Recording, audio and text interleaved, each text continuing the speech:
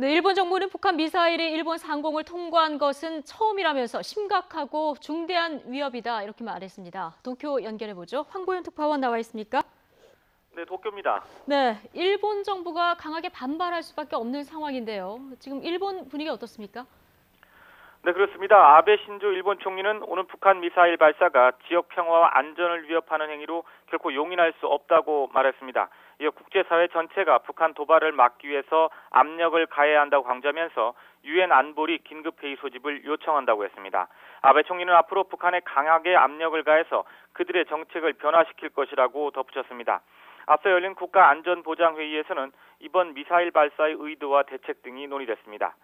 스가 관방장관은 기자회견을 열고 북한이 오전 5시 58분쯤 미사일 한 발을 발사했다고 발표했습니다.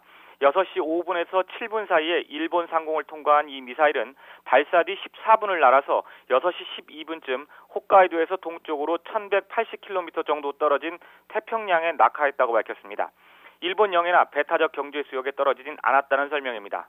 또 미사일 발사로 인한 항공기나 선박의 피해는 없었고 미사일에서 떨어진 낙하물도 확인되지 않았다고 덧붙였습니다.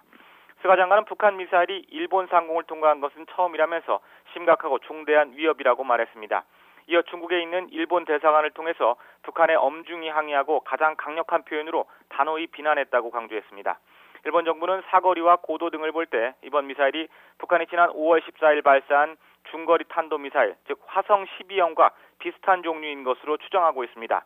또 미사일이 공중에서 3개로 분리된 것으로 파악하고 있지만 어느 지점에서 어떤 목적으로 분리되는지 등에 대해서는 분석 중이라고만 밝혔습니다. 일본 정부는 미사일 발사 5분 뒤인 6시 2분쯤 관련 내용을 방송 등을 통해서 국민에 알리고 특히 홋카이도 주변 12개 현에 대해서는 긴급 대피령을 내리기도 했습니다. 이에 따라서 신칸센과 항공편 그리고 전동차 운행이 30분가량 정지됐다. 지금은 정상 운행을 하고 있습니다. 지금까지 도쿄에서 YTN 황보열입니다.